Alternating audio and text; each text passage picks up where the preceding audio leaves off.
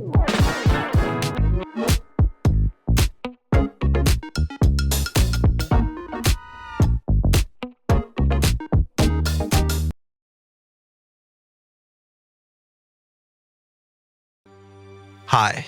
I'm Jonathan Rogers, Game Director on Path of Exile 2.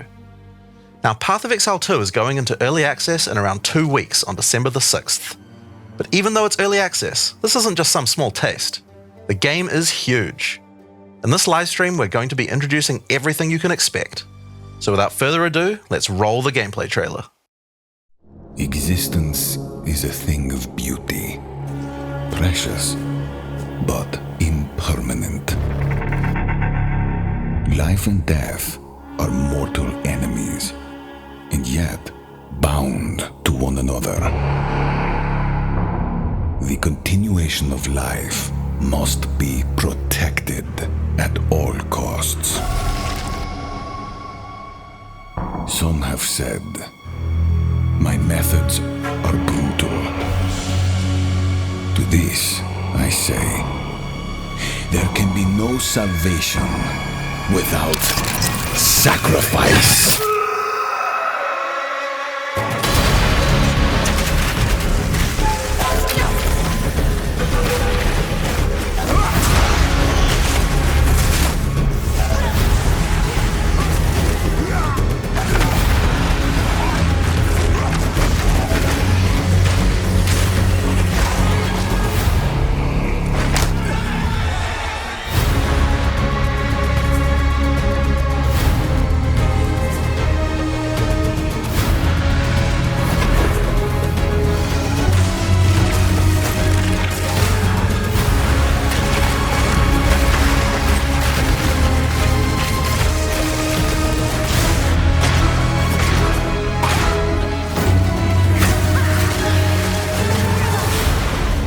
We are faced with the end, and I will do what I must.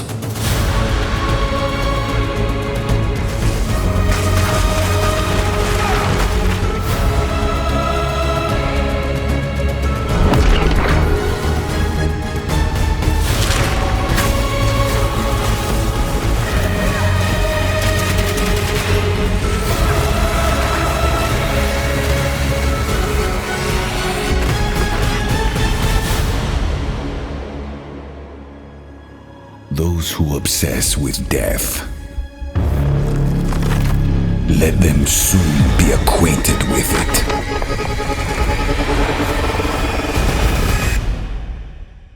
Now, as you just saw, even in early access, Path of Exile 2 is a big game.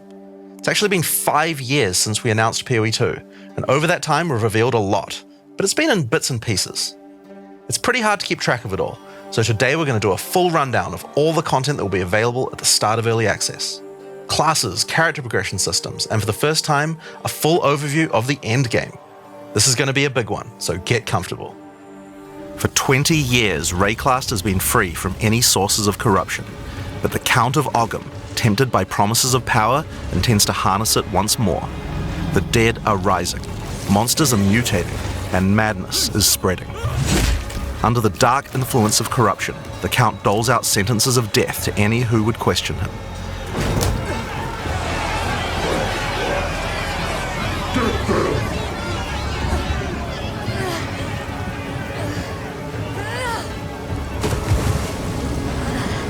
And this is where you find yourself at the start of POE2. Explore the dark forests of Ogham, traverse the barren plains of the Vasteri Desert, and delve into the jungle ruins of Utsal, an ancient Vaal city. There are challenging monsters, hidden runes, lost camps and treasures, roaming merchants, and of course, unique bosses. No two areas are the same. It falls to you to track down the seed of corruption, the source of all this devastation. On the way, you'll face fearsome monsters, meet strange characters, forge unlikely bonds, and uncover lost civilizations. But first, you'll need to pick a class. Now, early access will initially have 6 classes available. Let's have a look at them. The Monk is a fast and furious melee fighter. He dashes in and out of combat and has mechanics that involve building up and keeping momentum. Like all classes in POE2, you'll want to use a wide variety of skills to mix and match different combos. To get new skills, you will first need to find skill gems. Using a skill gem will open the gem cutting menu, which shows all the active skills available in POE2. You can choose an existing skill to level up, or choose to engrave a new one. Since this is a level 7 skill gem, even if you pick a new skill, it will immediately be level 7, so there's no harm in trying out something new. The monk primarily uses the quarterstaff. There are 3 schools of martial arts: lightning, ice, and wind. But don't think you have to stick to just one. The best combos are going to involve mixing elements of all 3. Let's try Killing Palm. Like many monk skills, this can be used to quickly take advantage of a specific situation. If there's an enemy on low life, you can use Killing Palm to dash to them and kill them instantly. This will provide a power charge. Then we can use a different skill to consume that power charge for a much more devastating attack. The monk also has powerful combo skills. Tempest Bell, for example, is a skill that places a giant resonating bell. Hitting the bell causes it to ring, dealing damage to all enemies around it. You can also do things like freeze or shock the bell, which will add elemental damage to the strikes. The monk also has a variety of abilities to empower his staff. If an enemy is close to being stunned, you can use Staggering Palm to punch them down. After that, any attack you do will shoot out wind projectiles. There are 21 active skills for quarterstaves, so this just scratches the surface of the options that you have. By endgame, you'll be dashing from pack to pack, spewing projectiles and obliterating screens of enemies with huge combo attacks. Now, if you like a style of melee that's a little slower but hits much harder, then the warrior is for you. He pounds the ground with big chunky attacks and can shrug off the hits of small enemies with large amounts of armor. Even though the mace slams are slow, you never lose control. Longer attacks can be retargeted as you go, and if you find yourself committed to a long attack, you can dodge roll out of it at any time. Among the skill option for maces, you will find a variety of slams, fire attacks, war cries, and shield skills. Here, I'm going to slam the ground, rending it apart with lines of fire. Any slam skill will then cause these fissures to erupt with lava. I can even run through them with a skill like Stampede to do huge amounts of damage. The warrior can also use war cries, which can empower your next skill. Seismic Cry, for example, will double any slams from your next attack. The Stampede counts as a slam, so I can double that for even more craziness. If you want to go a little faster and be a little more defensive, equip a shield. In POE2, you can raise your shield at any time to block all damage from the front, even spells. While holding up your shield, your stun meter will build as you take damage, so be careful. If it reaches 100%, your stance will break and you will be vulnerable. Some enemies also have unblockable attacks, which are indicated by this red flash. If you see one of these coming, make sure to dodge out of the way. Using a shield also gives you access to shield skills like Shield Charge, which allows you to charge towards enemies and stun them. While charging, you're also blocking the whole time, so you have full damage immunity from the front. The warrior also has access to totems. Some totems have built-in abilities like Shockwave Totem, which can be placed to stun nearby enemies and trigger aftershocks like those from the earthquake. But you can also get Ancestral Warrior Totems, which allow you to use any slam skill in your repertoire. This is a meta skill, which means that it's a skill you can put other skills into. I can take a slam like Sunder and socket it into my Ancestral Warrior Totem. Now when I summon him, he'll sit there and slam the monsters from a distance. There are 20 active skills for maces, so there's a lot more to try out, but by endgame you're going to be dropping hammers from the sky, leaping fearlessly into combat and separating the very earth you stand on. Time for some ranged attacks. The ranger is primarily about the bow, but we wanted to make sure that she feels agile as well. In POE2 you can shoot while moving. Combined with all the skills the ranger has that allow you to jump around, you will have a lot of mobility in combat. Bow skills have a variety of lightning, poison, ice, and physical attacks. Lightning attacks bounce around between targets. You can also stick lightning arrows in the ground which explode when hit by the bouncers, or electrocute enemies to take them out of combat. Ice attacks allow you to slow and freeze enemies to keep them away from you. Using poison, not only can you slowly damage your enemies from afar, but also grow some interesting plants. With 21 bow skills and all the mobility and combo tools the ranger has, you can take advantage of every situation. By endgame, you'll be creating hundreds of arrows, be they falling from the sky, bouncing around between enemies, or spraying out of tornadoes. You might have noticed in the bottom left of the screen that the flask slots look a little different. In POE2, you have one dedicated life flask slot and one mana flask slot. Flasks gain charges as you kill enemies, and typically allow you to heal 6 or 7 times if they're full. But that's not the only thing you can use charges for. Charms are a new item type that will automatically defend you from various debuffs or damage types. Having trouble with getting frozen? Equip a thawing charm. When it's fully charged, it will make you immune to freeze for 3 seconds if you get frozen. To recharge them, just kill more monsters. You can gain more slots for charms by upgrading your belt. The mercenary wields a crossbow that can be loaded with different ammo types, offering versatility, power, and mobility. All classes in Path of Exile 2 can be controlled with WASD, which makes this class play exactly like a shooter. For the crossbow, you will find skills that work like shotguns, sniper rifles, assault rifles, and even grenade launchers. But not only that, there are a wide variety of more interesting elemental ammos too. It's very fast to switch between ammo types, so long as you already have them loaded, which makes the mercenary able to combo abilities together for devastating effect.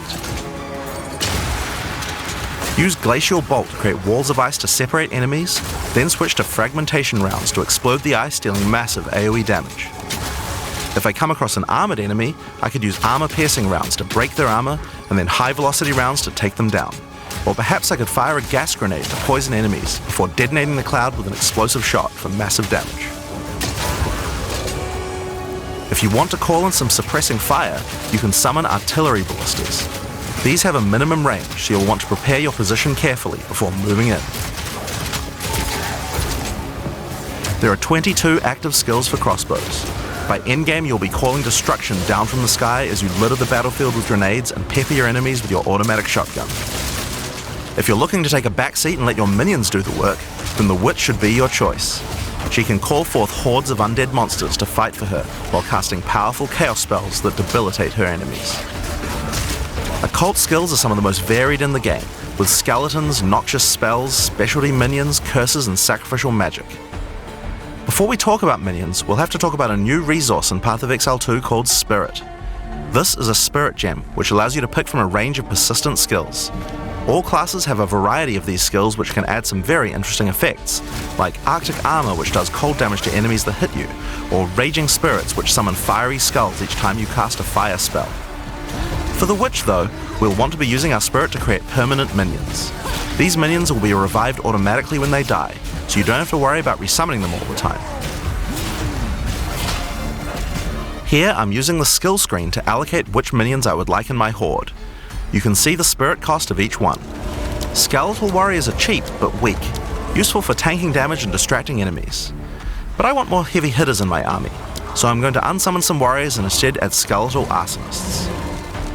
Permanent minions come with special active abilities called command skills. You can order these guys to detonate your own minions for even more damage and area of effect. If you want a bigger army, you'll need a scepter. This new weapon type is imbued with even more spirit, allowing you to summon even more friends. And if you want an even bigger army than that, you can take advantage of corpses to summon true hordes of minions. But what can a witch do while her army is at work? Well, she has a range of chaos spells to spread disease amongst your enemies, or bone skills to impale them. Or, you could curse them to make them weaker so your horde can take them down.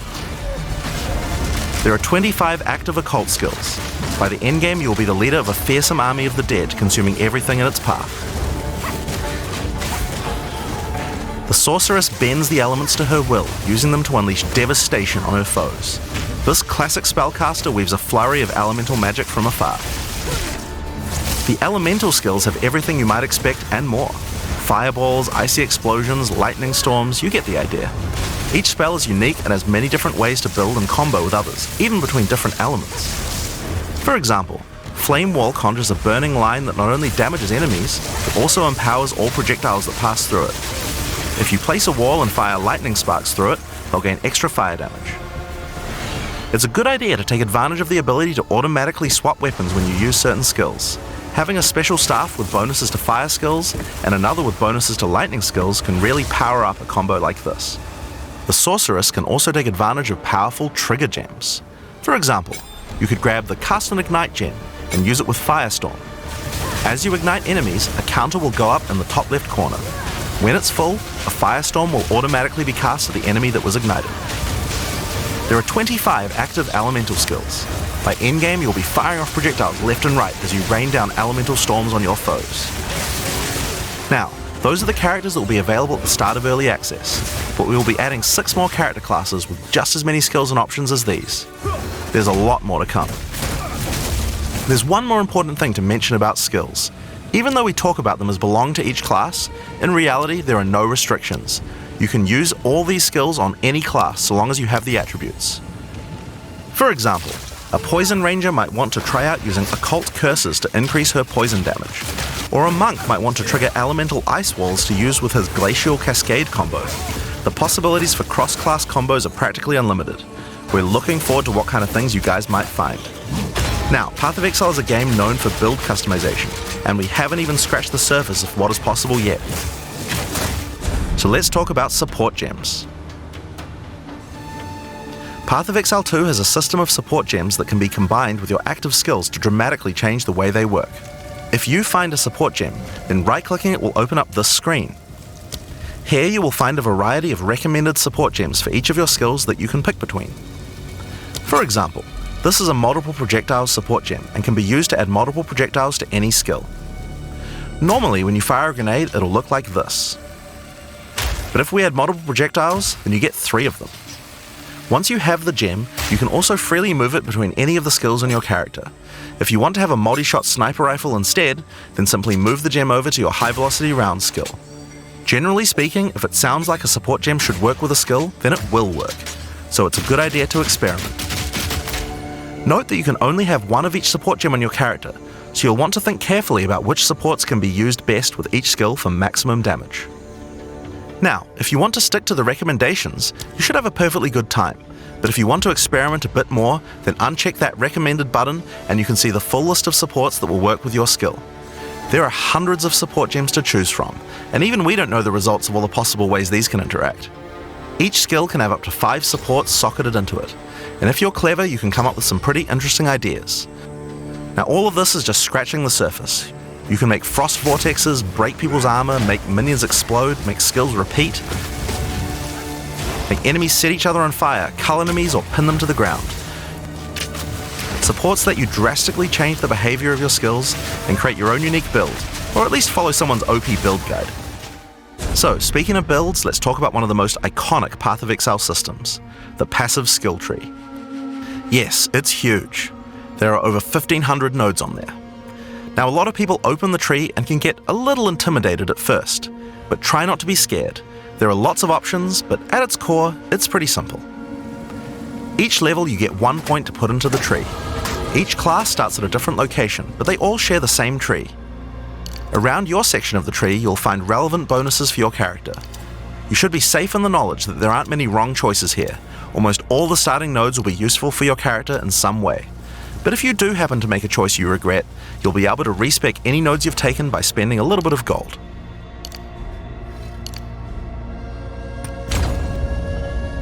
Now, the tree is generally divided up into clusters which have similar themes.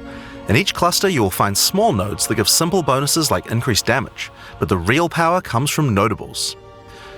Notables normally have much more interesting bonuses, and they tend to care a lot more about how your build works and what skills you're using. For example, in the mercenary area of the tree, this one gives a 25% chance for crossbow skills to not consume a bolt. And here's one that gives grenades a chance to blow up a second time. This one gives a chance for projectiles to rebound off terrain, as well as giving you some pierce chance to make that more likely. Note that even though this is in the mercenary section, this would work with projectiles from all classes, so there are often reasons to go to different areas of the tree. In order to get between these clusters, you will generally have to allocate nodes in the attribute highways. Attribute nodes allow you to pick which attribute you would like to use, so it's very easy to get points for any attribute that your gear might need. You can change which attribute these nodes give you for half price at the respec vendor. In addition to notables, you will also find even larger passives called keystones. Keystones have both an upside and a downside, and often require changing your entire build to design around them. A great example is Giant's Blood, which allows you to wield two-hand weapons in a single hand, but doubles the attribute requirements of them. You can use a two-hand mace with a shield, or even dual wield them. Or how about Mind Over Matter, which makes all damage go to your mana pool first before your life pool, but you lose 50% of your mana regen. Skills like these can be tough to build around, but if you're up for the challenge, they can be very rewarding. As we showed you earlier on the Sorceress, you can swap between weapon sets on the fly as you use certain skills. One of the new features in Path of Exile 2's passive tree is that you can choose to have your passive tree change as you switch between weapon sets to take advantage of specific bonuses on the tree. For the Sorceress, you might want to change between fire and lightning specialization. Or you could switch between one-hand and a two-hand setup in order to be able to block boss attacks while following up with heavy hits from your bigger mace. Or perhaps you could have a full curse setup on your witch to debuff enemies before switching to a chaos degen build for maximum damage. If you want to stick with just one weapon set, you can just use these specialization points as bonus points to invest however you like, but creative players will find plenty of opportunities with this system. You can get weapon specialization points throughout the campaign from optional bosses and quests. For example, if I manage to defeat the Crowbell, I'll get a weapon specialization book. There are lots of other permanent boosts available from the campaign too. On the map you can see icons that indicate the many optional encounters you can find. Some of them have permanent character boosts, and others have powerful items. If you're having trouble getting past a boss, it might be a good idea to explore and see what you can find. For example, if you defeat Blackjaw the Remnant, you'll gain a permanent increase to fire resistance. One of the most important finds are spirit bonuses. You can find the first one here in the canopy in Act 1. Defeat the boss in this area to acquire a permanent addition of spirit. The permanent buffs you gain from spirit are very powerful, and every class will find a use for them, so make sure you hunt down these upgrades. There's one in each act. Now we haven't even talked about the most important element of character progression, items. That's why we're all here, right? Items in Path of Exile can be broken down into 4 rarity groups: normal, magic, rare, and unique. One of the things you're going to want to do as you play through the campaign is upgrade the items you find, and you can do that with currency items. An Orb of Transmutation will allow you to upgrade a normal item to a magic item with 1 mod. You can then apply an Orb of Augmentation to add a second mod, then use a Regal Orb to add a third mod, and upgrade it to a rare. Finally, you can use some Exalted Orbs to add more mods to your rare to a total of 6 mods. One of the things we think is really important is to make these options available to use as you play.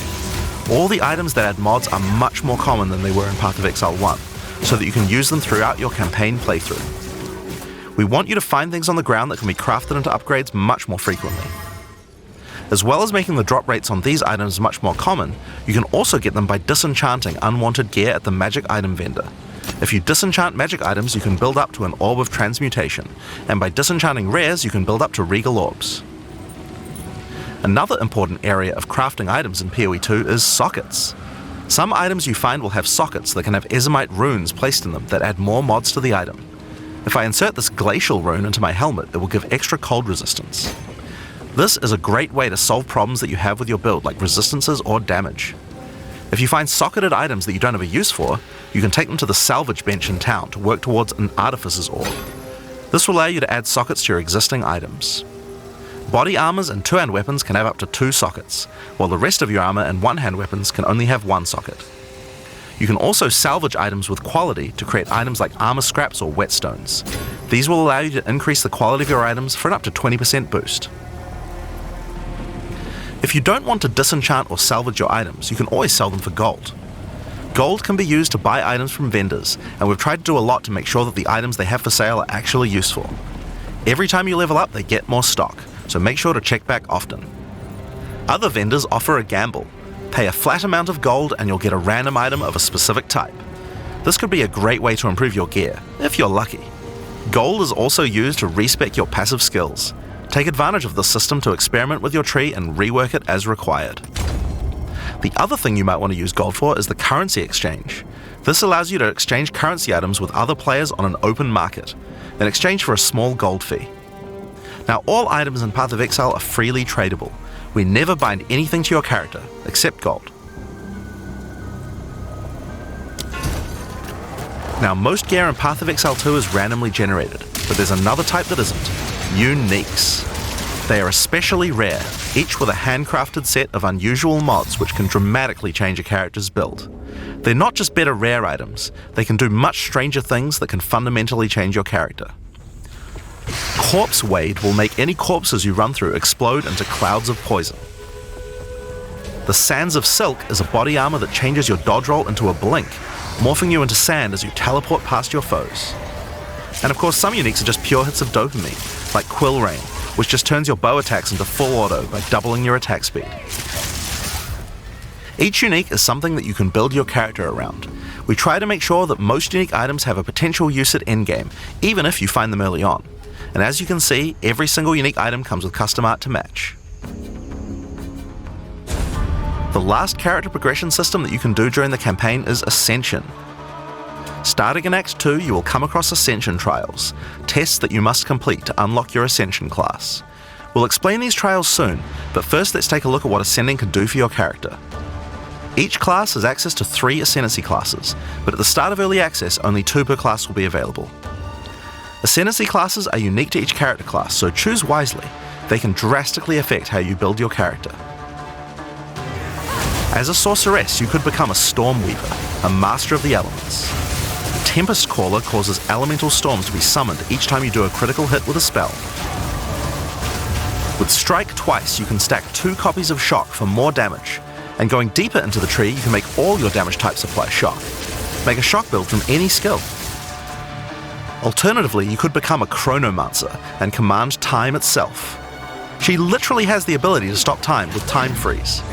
Not only that, but she has many other time manipulation abilities.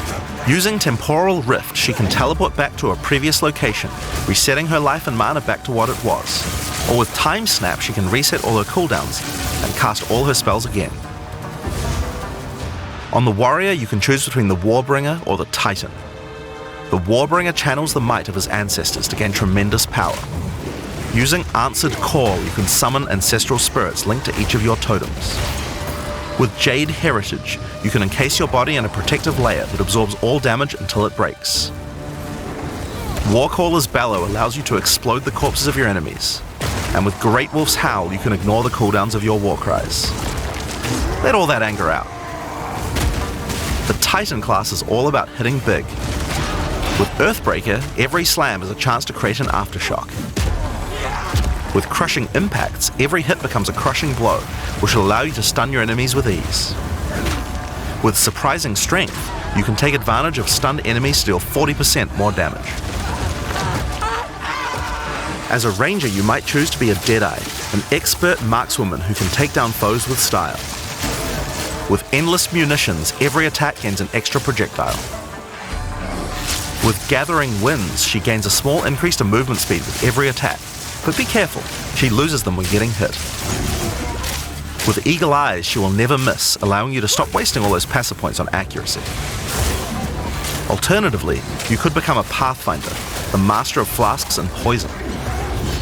She can choose from one of several throwable concoctions, allowing her to spend her flask charges to throw explosive bottles that deal various types of damage. A bleeding concoction will make your enemies bleed, while a fulminating one can shock your enemies, allowing you to do extra damage. Contagious Contamination allows her to spread poisons between her foes, while Overwhelming Toxicity doubles the number of stacks they can be infected by. Running Assault allows her to move much more quickly while firing, while Relentless Pursuit makes her totally immune to being slowed by enemies. The Witch can ascend into the Infernalist or the Blood Mage. As an Infernalist, she can summon a loyal Hellhound companion. The Hellhound sets enemies on fire, as well as taking a percentage of the damage if the Infernalist gets hit. With Pyromantic Pact, you can turn your mana into Infernal Flame. As you cast more spells, the flame builds up, and if it overflows, you'll take damage. Using Bringer of Flame, you'll want to make sure you keep the flames topped up. While your Infernal Flame is above 30%, all damage from you and your minions will ignite enemies. She can also transform into a literal demon. While in demon form, she takes an increasing amount of damage, but her cast speed and damage increase rapidly as well. So if you're planning on transforming into a demon, make sure you stack a lot of life recovery. She can also become a blood mage, a master of life and energy. All blood mages must pay the price of making skills cost life as well as mana, but in exchange, every monster they kill will drop life remnants, which allow them to quickly gain back that life. With Crimson Power, she can gain large amounts of extra life, and with Vitality Siphon, she can use her spells to leech life back as well. Once you've got a significant amount of life, you can use Gore Spike to make your critical hits deal incredible amounts of damage. A monk who is in tune with the elements might become an Invoker. With Elemental Expression, the Invoker will create waves of elemental power each time he does a critical strike. With Faith as a choice, you gain the ability to meditate, allowing you to double your energy shield. Choose between I am the Blizzard or I am the Thunder to specialize in cold or lightning. And I Shall Rage will allow you to turn into an unbound avatar. Each time you apply a status ailment to an enemy, you gain Unbound Fury. When you have enough, transform into an avatar to deal way more damage and inflict even more elemental ailments. Some monks choose to reach into the darkness instead. The Acolyte of Chayula can exchange their mastery of spirit for darkness, a resource that can be utilized to both absorb and deal damage. The Shroud of Darkness will protect you from all damage incoming, but if you take Grasp of the Void, you will deal extra chaos damage from all the darkness you have. Their Dark Pact offers greatly increased resistances to chaos damage and can allow their mana leech to not only happen instantly, but apply to their energy shield as well. Another node you can take is Waking Dream, which allows you to see into the domain of the Breach Demons. There you will see the Flames of Chayula that can be taken to gain life, mana, and damage. The Mercenary has a job to do, but which job suits you? You might choose to become a Witch Hunter. Obsessive Rituals will give you a sorcery ward, allowing you to defend yourself against elemental hits in exchange for less defense against attacks. With Zealous Inquisition, your enemies have a 10% chance to explode on death. The chance is doubled against demons and undead. With Judge, Jury, and Executioner, your initial hit against enemies can deal up to 30% of their life and damage, if you're lucky. This is great for hunting powerful bosses. And with Witchbane, you can break your enemy's concentration, preventing them from casting spells as often as they would usually do. You could also choose to become a Gemling Legionnaire, enhancing your abilities by embedding gems directly in your flesh. Integrated Efficiency will give you extra skill slots. Thermatological Infusion gives you extra maximum resistances as you sock up more and more support gems. Adaptive Capability allows you to use any color of gem without worrying about attributes, while Crystalline Potential adds extra quality bonuses to every gem socketed into your character. So those are the Ascendancy classes for the start of Early Access, but one thing we haven't talked about yet is how you ascend in the first place. Ascension in Path of Exile 2 requires completion of one of the Great Trials, which you'll find as you progress through the campaign. Each one is associated with one of the major cultures of Rayclast. Located in the Vasteri Plains are the Maraketh, a culture of rich tales and brutal traditions, who must do whatever it takes to survive in the desert. The highest position in Maraketh culture is a Sekima, and it is not a title given freely. All aspirants must complete the Trial of the Sekimas, a grueling gauntlet that will test their strength, will, cunning, and patience. To enter, a warrior of the Maraketh must prove their worth by trapping the soul of a djinn in a coin, and you are no different. Once you have earned your coin, it may be placed on the relic altar to begin the trial.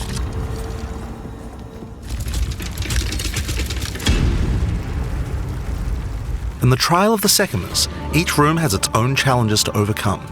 In this room, each rare monster you kill will send its blood to the chalice in the center of the room. Once the chalice is filled, you will be able to proceed. While fighting monsters in the trial, you will need to be very careful. Each hit will not only hurt you, but will damage your honor. The monsters are well telegraphed, so that you can avoid their attacks, but if you run out of honor, you will fail the trial and need to find another coin in order to try again. It is a good idea to make sure that you are well prepared before challenging the Trial of the Sekimas. After each room, you will be rewarded. In this case, you have been given a key that can be used to unlock chests later in the trial. Once you have claimed your reward, you will be shown a map of the rest of the floor and may choose how you wish to proceed. Which challenges would you like to face, and which rewards do you want to claim? Some rooms are more dangerous, afflicting you with debuffs that will persist for the entire trial. For example, entering this room will afflict you with spiked shell that will cause all monsters in the rest of the trial to have 50% increased life. You will want to take care if you choose such a path. There are many different challenges and rewards as you journey through the trial. Deadly traps, waves of monsters, and strange artifacts will test your honor. As you progress, you'll be able to gain boons from the Jinn, which will help you on your journey. For example, the Sekama's cloak will revive you once if you die, giving you a second shot at a run. One of the rewards you may find is Sacred Water, an extremely valuable and treasured resource to the Jinn and the Maraketh. Trading it with the Jinn will allow you to receive many benefits. You can recover honor, gain additional boons, or remove afflictions.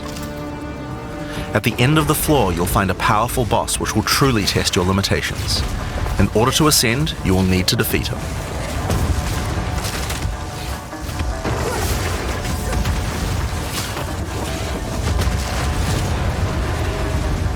Having defeated the boss, you've earned the right to ascend, but first, the loot.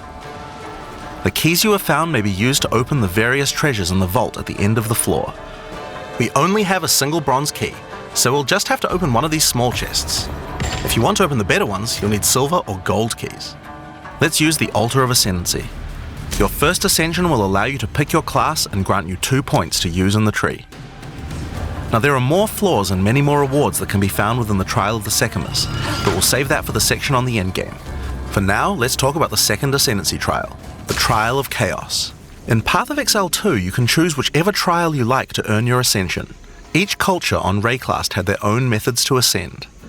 If the Trial of the Sekamas is not your kind of playstyle, or you're finding it too difficult, you could try another. You can gain all your Ascension points from just one, or mix and match them. It's up to you. For early access, we will have 2 trials as options, with a 3rd trial coming later for the full release. While exploring the Vaal jungle, you'll discover the Temple of Chaos. Before the Vaal embraced the science of corruption, their civilization worshipped chaos. This ancient trial was once used by the Vaal to test their high priests. A high priest of the Vaal must show willingness to risk everything to gain power.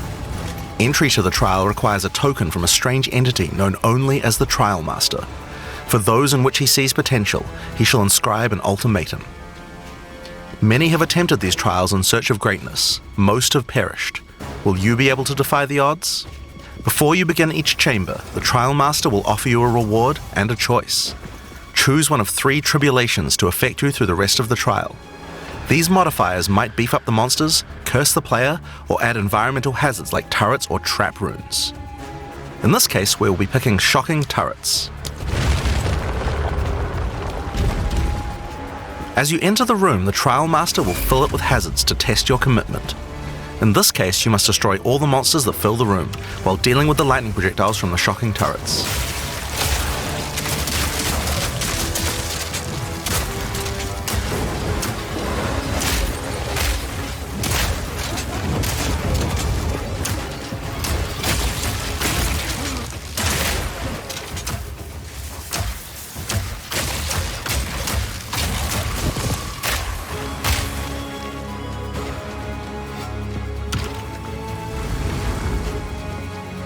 After each room, you will need to make a choice. Take the rewards you have earned so far, or go double or nothing. Increase your rewards, but take on more risk. Each tribulation you add is minor on its own, but they quickly stack on top of each other and can become overwhelming. There are many types of chambers in the trial. Each will test your resolve in different ways. This one simply requires you survive for a certain amount of time. Another requires you to escort the stone idol through the level as elevators full of monsters descend to attack you. Should you be able to get through the first 3 chambers, you will face your first boss. The order of the bosses is random, and combined with the tribulations you have selected, the fight will never feel the same. After defeating the boss, you may claim your rewards. Of course there are the items, but you also gain the right to ascend. If you already did the Trial of the Sekamas, then you can claim 2 more points to add to your Ascendancy class. Now it's possible to go much deeper. There are more bosses, rewards, and risks to take, but we'll talk more about that when we get to Endgame. So how about we talk about that now? So far, we've only been showing you footage from the campaign, but some people would argue that the endgame is where the game truly begins. Something that happens almost every time a new action RPG launches is people saying, there isn't enough endgame content. Well, we want to make sure that in POE2 people don't feel that way, and we actually only changed our development priority for this recently. The first 3 acts of POE2 already take around 25 hours to complete if you're a new player. This is already a pretty significant campaign. On the other hand, people spend hundreds of hours in endgame each league. We realized that finishing the rest of the campaign for early access was actually a bad idea. Instead of having acts 4 to 6 in early access, we could concentrate on endgame and make that great. For new players, a 25-hour campaign is already a huge game with lots of content, but for existing action RPG players, what you mostly care about is all the endgame challenges to overcome. So several months ago, we switched the entire development team's focus over to making endgame content. At the start of early access, there will be 50 bosses and around 400 monster types, but the great thing is that the rest of the game is like 80% there. We'll be adding content to roughly double the size of the game during early access and into release. Now, in order to make the endgame happen at the same character level as what it would be after we added the rest of the acts, we've added a second difficulty level called Cruel, where you repeat the campaign with all the monsters and bosses leveled up, and of course new rewards. You can kind of think of it as like a new game plus. It's also a lot faster to get through the content the second time as your clear speed increases. That will take you to around level 65 where the endgame begins. Once we add the remaining 3 acts, we'll be removing Cruel difficulty, so you'll progress straight from the end of Act 6 to endgame. But what is the endgame? To explain that, I'll hand over to Mark. He can tell you all about it. Hi, I'm Mark Roberts, Game Director on Path of Exile 2. Well, one thing that Path of Exile is known for is having a lot of distinct endgame content to choose between. Each endgame mechanic needs to have its own progression system, areas, bosses, rewards, and player power that can only be gained from that content. We are going to be adding a lot more over time, but for Path of Exile 2 we decided to start with 7 distinct systems you can progress through. This is the Atlas, and it serves as the core of the endgame for Path of Exile 2. It's infinite and expands in all directions. Now, we are not going to spoil the plot too much here, but corruption from the beast has blighted the land, and your objective is to help fight it. In the center of the Atlas you will find the Ziggurat, a temple in which the Vaal research the fundamentals of space and time. Here, we can open portals to nearby locations and begin cleansing corruption and finding resources. In order to power the portal device, we will need waystones. Each waystone has a tier which will determine the level of the monsters that you will face. To go to an area, simply click one that is adjacent to an area that you have already completed. Insert the waystone and click Traverse. Portals will open, allowing you and your party to travel to the area you have selected. All the areas in the endgame feel distinct from the locations in the campaign, and we have dialed the randomization up to 11. The monster packs you will face in each map are totally random, and the combination of them can lead to some very interesting combat situations. There are over 400 monster types in early access, and they have a lot of varied and interesting abilities.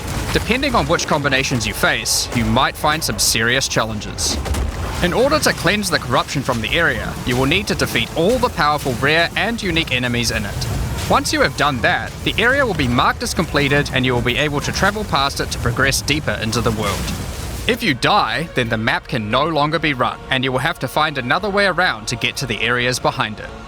There are also all kinds of other random encounters you might run into as you play maps. One such encounter are precursor artifacts. These are ancient, corrupting monuments that irradiate the monsters around them. The monsters that feed off the corruption are drawn to their power. If you defeat the monsters and cleanse the artifact, you will get a powerful temporary buff. Some of the buffs make you faster, others rain lightning or fire around you, and some even give you increased experience or help you find better items. You can also find strong boxes. These enigmatic chests guard piles of treasure, but are always a trap. Monsters lie in wait to attack you the moment you open it, and the boxes often have mechanisms to unleash powerful spells or dangerous debuffs. There are different types of strong boxes containing different items, and you can even use your currency items to craft them on the fly, so you can optimize the contents. But be careful of opening one you can't handle.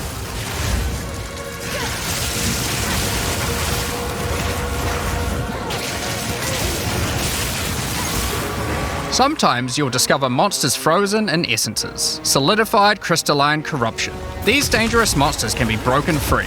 If you defeat them, the essence they drop can be used to upgrade normal items to magic items with a guaranteed mod from a category. For example, we could use this one on some boots to ensure a movement speed mod. Rarely, essences will also drop that allow you to upgrade magics to rares, adding the guaranteed mod.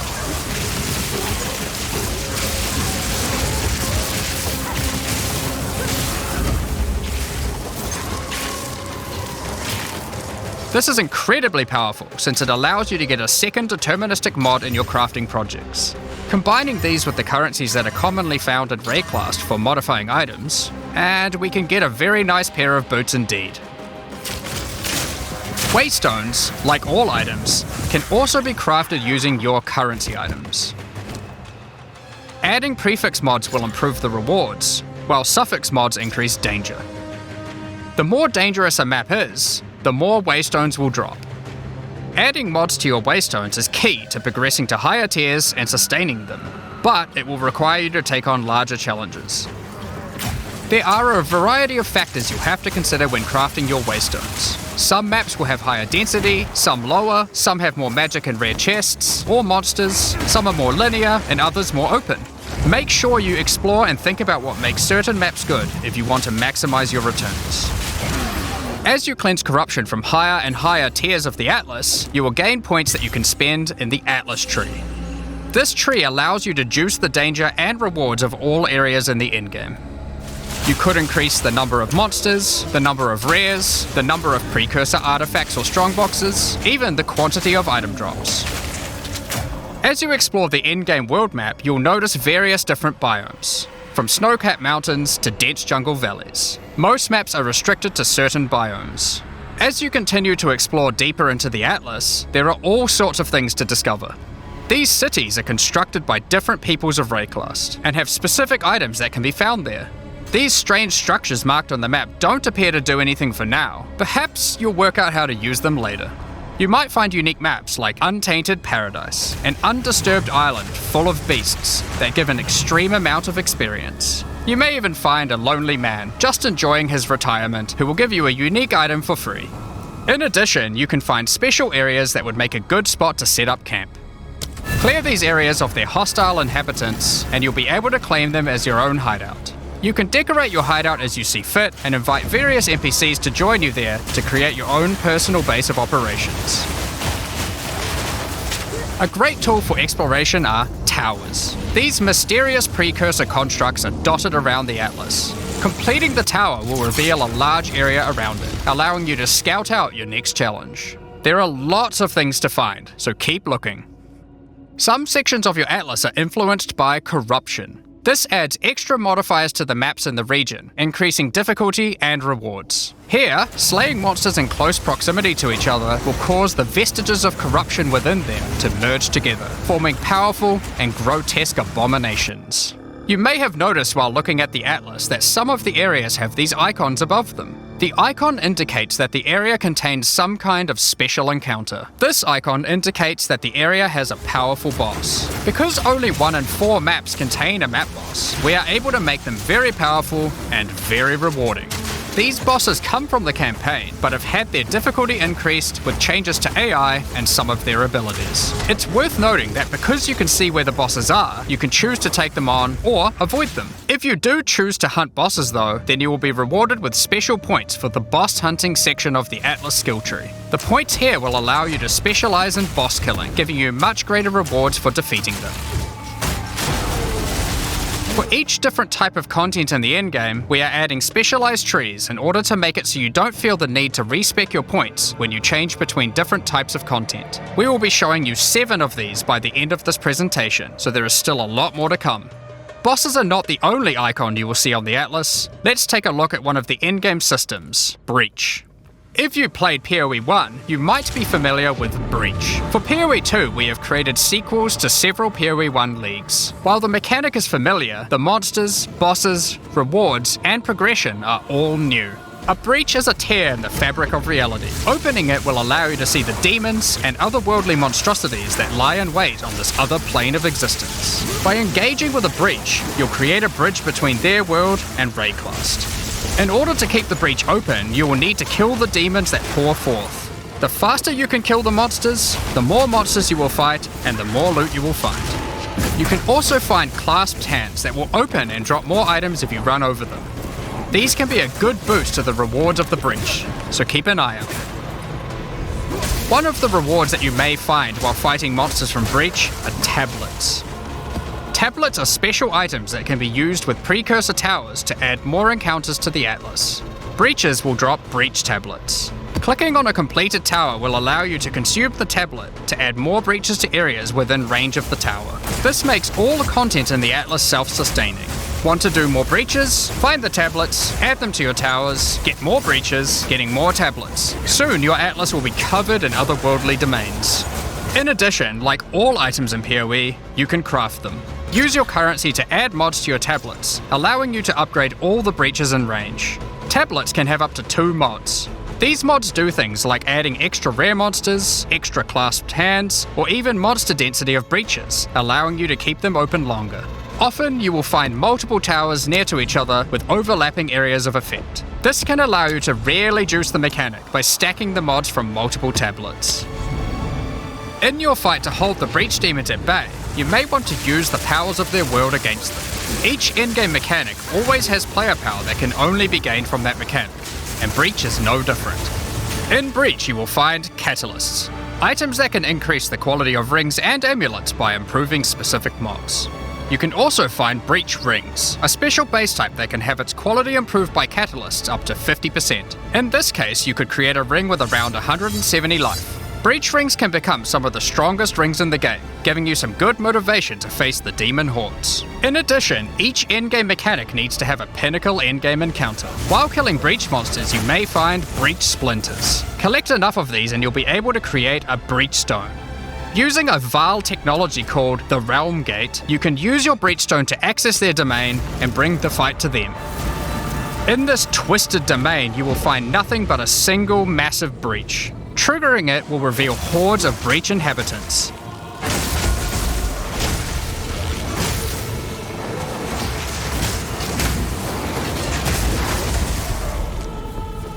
And should you be fast enough, you will be able to fight their leader, Zesht. We that are one. We that dreamed. We in nightmare. We that are one. Fate belies truth.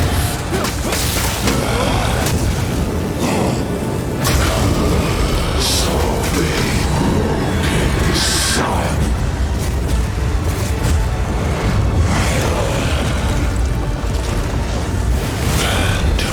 This is just one of the pinnacle encounters of POE2. We won't be showing the rest of them, so you will have to discover them for yourself. But rest assured, this is some of the hardest content we have ever made. All these encounters have specific uniques that can only be found from them, but that's not all. We still have the progression system. Defeating Zesht will give you points to allocate into the Breach section of the Atlas tree. Allocating these points will make breaches and the Breach domain even harder, but will give you more rewards. The small nodes will increase the difficulty of the Twisted Domain, while the large nodes have more specific bonuses. For example, this node adds more clasped hands to your breaches, and adds a pack of magic monsters that can guard them. Get some more points and you can allocate Waking Nightmare, which will double the number of splinters you get from clasped hands, and inflict you with a mysterious debuff.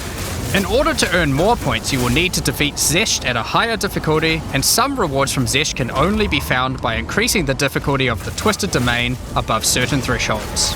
Defeating Zesht at difficulty 4 will be a challenge indeed, but there are many more threats in Rayclast.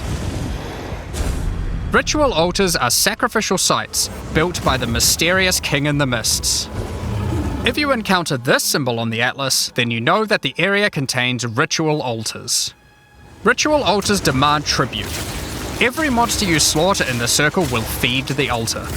After the sacrifice, touch it to begin the ritual. The monsters you just killed will be resurrected by the King of the Mist's dark magic, and you must fight to survive.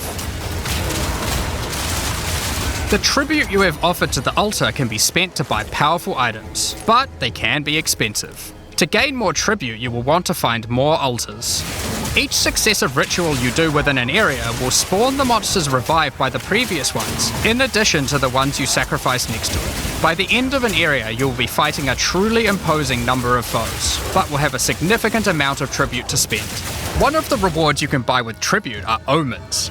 These are special items that allow for meta crafting. Crafting items that affect other crafting items. Have an item with good prefixes but bad suffixes? This omen will help you to remove the mods you don't want while keeping the ones you do. There are a bunch more of these with different effects, but we will leave them for you to discover. Now don't forget that Ritual will also drop tablets, which can be used to specialize into getting more rituals. If you want to get to the pinnacle boss of Ritual, then you will probably want to use them. They can also be crafted to grant mods, making your rituals more rewarding. The pinnacle encounter of Ritual is the King in the Mists. Feared by the Asmeri people, he is said to have brought eternal darkness to the Wildwood. We won't show the encounter, but just like Breach, there are a range of unique items you can get for defeating him, and you will gain points in the ritual section of the Atlas tree. Some maps have been touched by insanity. A mysterious entity has taken a special interest in you. Step through the looking glass and you will find your nightmares coming to life. When you touch a mirror, the mists of delirium will spread out across the area, infecting your mind. You must stay within the mist to maintain the nightmare, which is as profitable as it is terrifying. Everything you kill will increase the rewards that drop. However, the deeper into the mist you travel, the stronger the monsters are. Be careful not to overstay your welcome. Rare and unique enemies will become vessels for terrifying demons, who will manifest out of them to unleash powerful attacks on you. The mist also offers a strange crafting material, distilled emotions.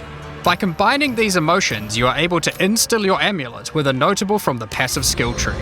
This is like gaining an extra passive point for free, attached to your gear. They are also particularly great because you don't have to traverse the tree to get them, allowing you to get off-class bonuses that would normally be much harder to get. Distilled emotions can also be used to instill your endgame maps, applying Delirious to them and adding additional difficulty and rewards, allowing you to further juice your endgame maps. The tablets you can find from Delirium can be used to further improve it, increase pack size, make the fog dissipate slower, or improve your progress towards the pinnacle encounter of Delirium. Speaking of which, every now and then you will find simulacrum splinters. The mysterious entity will create strange encounters based on warped versions of your own memories.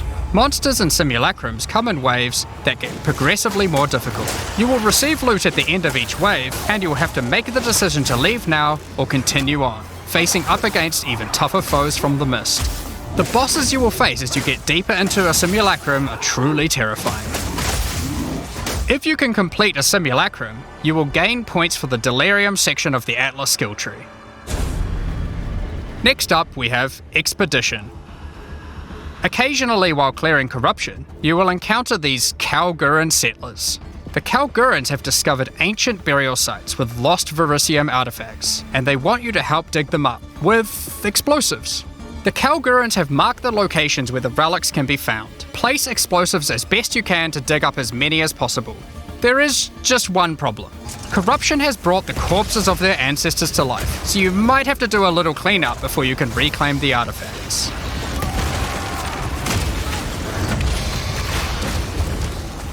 You can also find remnants, the destruction of which will further anger the restless dead. Each one you blow up will make the subsequent monsters more powerful, but also more rewarding. Danig, Rog, Tujin, and Gwenin will exchange the artifacts for useful items and runic magic. You can also find tablets to increase the number of expeditions and the rewards. This one increases the radius of explosives, while this one increases the number of remnants you will find. Eventually, you might discover a logbook. These are special maps full of buried treasure and relics, essentially one giant dig site.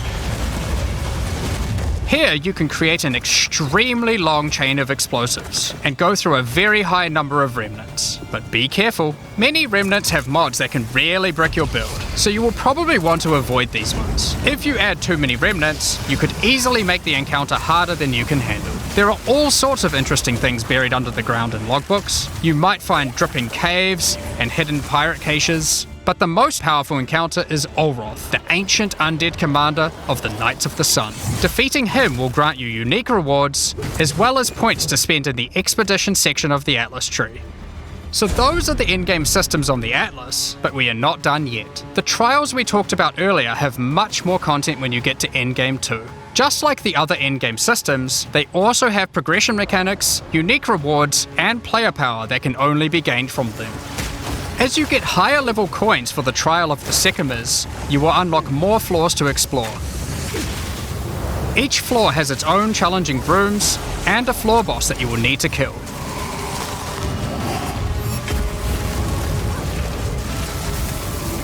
There are 4 floors in total, leading to another pinnacle boss at the end of the last floor, which can only be accessed at endgame. The Trial of the Sycamores is where you'll find jewels, which you can socket into your tree. These are like passives that you can craft with your currency items. They can be really powerful as they allow you to stack modifiers that may not be easily accessible on the tree normally. This jewel gives lightning damage and shock chance, for example. There are quite a few jewel sockets on the tree, so it's possible to gain a lot of power here. There are also other types of jewels that don't provide any bonuses themselves, but affect other passives surrounding them. This jewel increases the effect of small nodes and radius by 25%. With careful placement in the tree, you could get a significant amount of power from it. There are also unique jewels available with very interesting effects, but you will have to find those for yourself. In order to push further into the trial and uncover the secrets of the Marraketh, you will want to take advantage of its progression system, relics. Relics are items that can be placed in the relic altar as you start the trial. They give special bonuses that affect the trial, making it easier and increasing its rewards. Of course, you can craft these with your currency items, making them even stronger. If you can complete the entire trial overcoming all 4 floors, the final boss will reward you with one of many unique relics. These relics will be consumed when used on your next run, but can reward you with unique and powerful items. For example, this is the Last Flame. If you use it, you will have only 1 honor for the entire trial, so you will need to do a completely hitless run. The Trial of Chaos also extends into the endgame. As you gain inscribed ultimatums of higher and higher levels, the number of chambers that you can go through increases. In true Vaal style, this allows you to take even more risks for even more rewards. At endgame, you can progress through up to 10 chambers with 3 bosses on a single run. Stacking 10 tribulations on top of each other will make this a significant challenge, but it's worth it. The Trial Master will tempt you with items of the Vaal Empire, such as Vaal Orbs. Vaal Orbs are powerful crafting items that corrupt your gear with random, mysterious outcomes. Corruption prevents an item from being modified further, so it has to be the last step of your craft, but it's also the most impactful one. For example, if you use one on your body armor, it might add a new powerful enchantment, or it might re-roll up to half of its modifiers. Vaal Orbs also have the ability to add a socket, allowing you to bypass the normal restriction of how many sockets an item can have. A body armor could get up to 3 sockets this way, allowing for a significant number of mods. Vaal Orbs can even modify uniques. Adding enchantments or sockets to uniques can make them incredibly powerful, but there is a good chance that you will break them as well. The Trial Master will also occasionally offer you soul cores. Originally formed by Chaos, the Vaal sought to replicate soul cores through human sacrifice rituals and blood magic to power their civilization. Soul cores are powerful socketable items, with mods that cannot be obtained from regular runes. Like all endgame content, there is of course a pinnacle boss. The final chamber will drop keys to this mysterious door. Some say this is where the Trial Master himself resides. Perhaps you are willing to take the risk to find out. Had enough yet? Because there is still just one more thing. The most difficult content in Path of Exile 2. While mapping, you might come across this fortress that has emerged from underground, surrounded by an enormous maze riddled with danger. Is the maze preventing something from getting in, or something getting out? This fortress is of ancient origin, and its construction has similarities to the towers and tablets that you have been using on your journey through the endgame. It is clear from the entrance that there are 3 keys required to enter. Local factions are vying for access to the fortress in order to seize the power they believe will be inside. Each of the faction's leaders have managed to get their hands on one of the keys, so you will need to defeat them. Each faction is led by an Uber-Act boss. You can see one of them inhabiting the city, but in order to fight him, you will first need to defeat their 2 lieutenants in the adjacent zones. Be careful. If you fail against either of the lieutenants, or to kill the leader, they will move on, and you will need to find them again. Kill all the Uber bosses and you will gain access to the fortress. We aren't going to spoil it as we can't wait to see you guys attempt it for the first time. But is there a tree you get points in after killing it? Of course there is. This is Path of Exile. There is always another tree. So these are your challenges for POE2. As you can see, this project is crazy huge, way bigger than even we expected when we started out. But how do you gain access? Well, during early access you'll need a key to get in. To thank our existing POE supporters who have spent more than $480, we'll be giving you guys a key for the PC version for free. Anyone else who wants one can get one by purchasing one of the new early access supporter packs that have just been released to the store. If you just want early access to POE2, then you can get a key in the $30 early access pack. The pack also comes with $30 of points to spend in the MTX store. But we also have a variety of other supporter packs filled with exclusive microtransactions, points to spend in the store, and even physical items. The cosmetics can be used right now in POE1 and in Path of Exile 2 when early access starts. Most of this footage has been recorded in Path of Exile 1, since that's where you can use them immediately. The Lord of Ogham supporter pack contains a cosmetic armor set befitting of the Count of Ogham himself. There is also a matching back attachment which has an alternate variant depicting the influence of corruption. Also in this pack you can find a portal formed of the rusted armor of the fallen soldiers in the Red Vale of Ogham, and the offspring of a vicious Crowbell boss found in the hunting grounds. This one doesn't look so vicious though.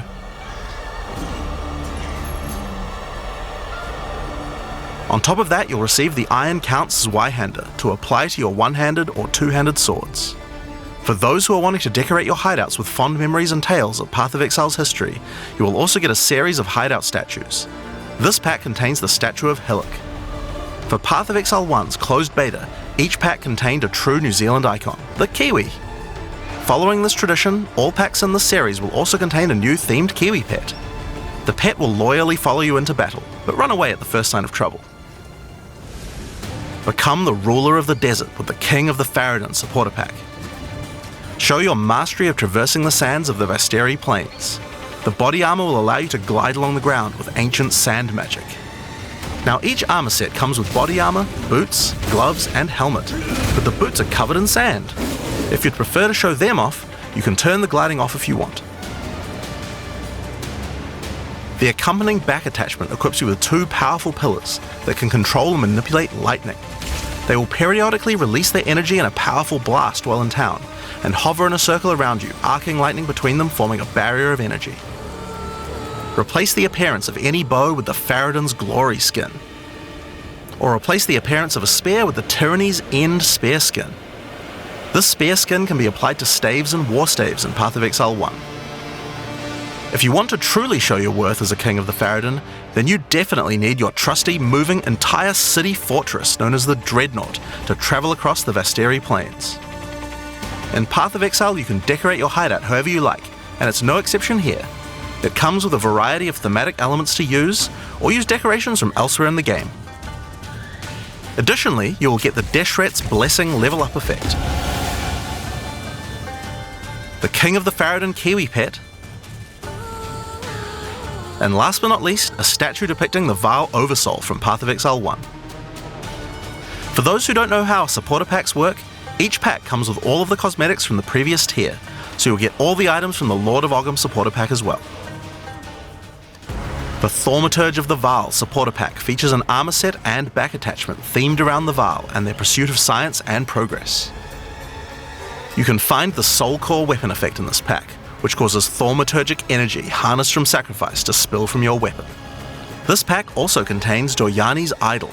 It replaces the default appearance of any foci to an ancient relic once used by Doryani, and this can be applied to shields in Path of Exile 1.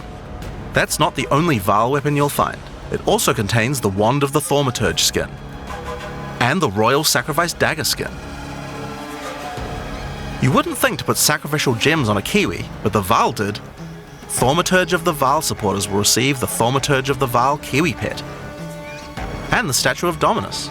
This is also the first pack in the series with a physical item. When purchasing this pack, you'll receive a Path of Exile 2 logo t-shirt, but if you don't want one, you can opt out in return for additional points to spend in the store. Becoming a Warlord of the Karui supporter will grant you an armor set and back attachment adorned in jade carvings and iridescent feathers resembling Pawa. enough to even impress the ancestral gods, specifically Tukohama, the Karui god of war. Overkill, you say? I think the Karui people would disagree. Why not drop a gigantic totem on rare enemies you slay to crush them to a pulp?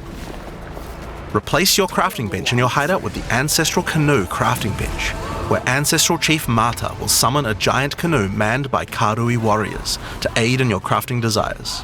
We must all start somewhere. You'll also get a pair of weapon skins. Equip Akoya's Felling Axe skin to your one-hand or two-handed axes, or Tukohama's Crusher to your one-handed or two-handed maces. A true Karui warlord is always accompanied by their trusty Kiwi. Equipped with armor and harnessing ancestral magic, they make the perfect sidekick. Once one of the most feared beings in Rayclast, Malachi was slain by a powerful exile. May the statue commemorate the virtue of exiles past, present, and of the future. Of course, it's not all about dressing up in game. You'll want to look good in real life too. By becoming a Warlord of the Kurui supporter, you'll also get a Path of Exile 2 hoodie. Our final tier of supporter pack in this series is the Liberator of Rayclast supporter pack.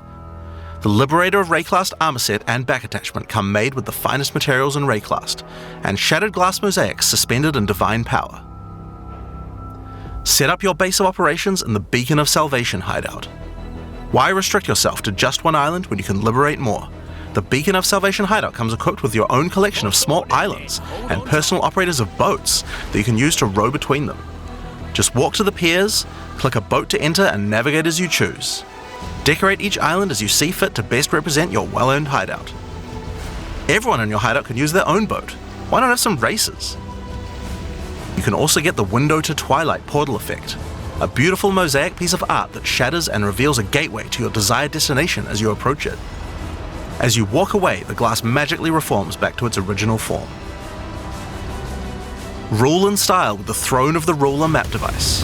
Sure, this map device can create portals to endgame maps, but it also comes with a throne you can sit on to oversee your growing kingdom. Look down on the plebeians running your maps. Being the Liberator, though, is not just about sitting on your throne all day. If you do decide to join the fight yourself, you can leave a High Priest in charge as your second in command. Liberator of Rayclast supporters will also get a set of varied weapon skins. The Light of Divinity Scepter skin, the Deliverance Crossbow skin, the Justice Flail skin, and the Redemption Shield skin. Once again, you'll have an accompanying Kiwi, and of course a statue depicting one of the most iconic events in Rayclast's history, the battle between a powerful exile and Kitava, the Insatiable. With the help of two deities, Sin and Innocence, the exile was able to defeat him once and for all. This supporter pack also contains the Path of Exile 2 art book. This 215-page full-colour art book includes a huge amount of amazing concept art and lore produced during the long and exciting journey of Path of Exile 2's development. And finally, Path of Exile has a tradition of letting the community participate in designing game features. For Path of Exile 2, we'll be adding the Twilight Order Foil Reliquary. By becoming a Liberator of Rayclast supporter, once Path of Exile 2 is released, you will be able to select any unique item you have found and be able to drop it from the Reliquary. Once players have submitted their items, keys to the Reliquary will start dropping, and other players will be able to find foil versions of uniques that you have submitted along with a message for the lucky player. The more players submit the same unique, the more chances there will be for the Reliquary to drop them, so choose wisely. Now, almost all of these items are available to use in POE1 right now. There are a few exceptions where the item class clearly doesn't exist, such as crossbows or flails, and there are also a few microtransactions on weapon types that are unavailable in POE2 at the start of early access. Once classes that use those weapon types are added, those microtransactions will be available to use. If you can't decide which supporter pack to choose yet, you can always start with the early access supporter pack that just includes a key and some points to spend in the store. Then you can upgrade to any of the following tiers at a later date. These supporter packs will be available for purchase throughout early access. We'd really like to thank you for your ongoing support. Without you guys, Path of Exile 2 could not have happened. Now, I'm sure you guys have a lot of questions. Stick around, because coming up next, we have a live Q&A with Ziggy D.